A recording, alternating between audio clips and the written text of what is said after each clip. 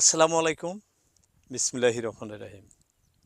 দর্শক, আবারও সেই পুরানা লোকেশন, আজকে আর নতুন নয়। কয়েকদিন আগে আপনাদের আপডেট দিছিলাম যে এখানে একটি তরমুজের চাষ আছে।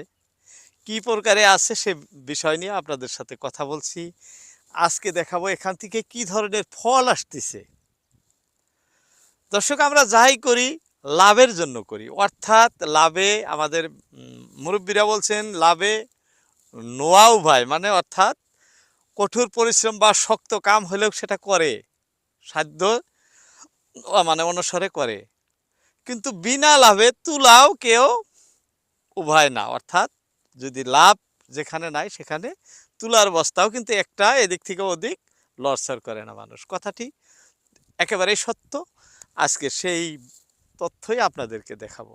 এটি একটি পরিষ্কার বালুর চর, দেখতেছেন, উড়াইতেছি, আমি উড়ে যাইতেছি। এই বালুর চরের মধ্যে এত সুন্দর চাষ হয়তো আমার আগে দেখা হয় নাই। এই যে দেখেন ফলগুলা কি ধরনের ফল আসছে। এই যে এদিকে দেখাইতেছি পার্শ্ববর্তী গাছের মধ্যে এমনও গাছ হয়েছে খাড়া হওয়া মুশকিল। দর্শক, এই যে দেখেন ফল, কি সুন্দর ফল আছে। এই যে দেখছেন, এরকম প্রচুর ফল। এই যে এদিকে, ওদিকে এরকম প্রচুর ফল কিন্তু এই জমিতে বর্তমানে আছে।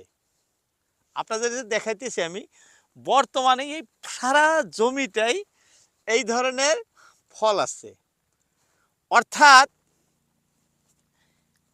এক কথায় বলতে গেলে সামনে রমজান মাস, এটা কিন্তু রমজান মাসের প্রথম ভাগেই এই ফল আসবো। সেখান থেকে কম বেশি পরিমাণে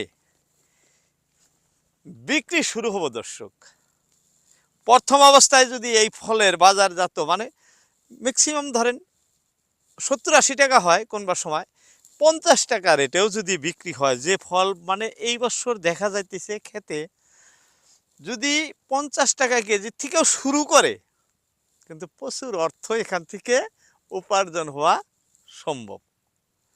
দর্শক, আমরা কৃষক, হয়তো কৃষকের বেটা বাচ্চা, আমরা চাষ যাইনেও কিন্তু করতে পারি না। এই যে এদিকে দেখাইতেছি আপনাদের, এদিকে দেখেন খুব সুন্দর সুন্দর আরো অনেক আছে।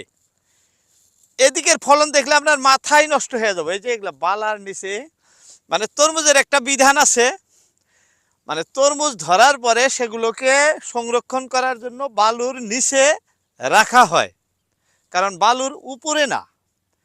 বালুর ওই জন্য বালুগুলো দেখতেছেন উঁচা নিচা বালাগুলো দেখা যায়, কারণ একটাই, যে তরমুজগুলো বড় হয়ে যায় বালার নিচে রাখলে, মানে তরমুজের যেটা স্বাস্থ্যগত দিক, সূর্যের প্রহর পড়ে না, নষ্ট হয় না, খুব সুন্দর থাকে। এই যে এরকম, এই যে বালার নিচে রাখতেছে, এরকম লাহে লাহে বড় হব, বালার নিচে রেখে দিব। এটাই কিন্তু তরমুজ রাখার ধর্ম। যাই হোক দর্শক, যাদের ইচ্ছা আছে, জমি আছে, কোনো ভালো মাটির প্রয়োজন হয় না, শুধু বালা মাটি হলেই, যে আপনাদের প্রথমে দেখাইছি এরকম বালা মাটি হলে সেখানে এই তরমুজ চাষ করা সম্ভব। অবশ্যই যারা ইচ্ছুক, যারা এই বিষয়ে জানেন চাষ, অবশ্যই করবেন। করলে এখান থেকে সুফল অনিবার্য। যাই হোক, অনেক কথা বললাম, বলতে বলতে আজকে আর নয়, আবারও অন্য কোনো দিন বলবো এই বিষয় নিয়ে। আজকের মতো ইতি টানছি। আসসালামু আলাইকুম।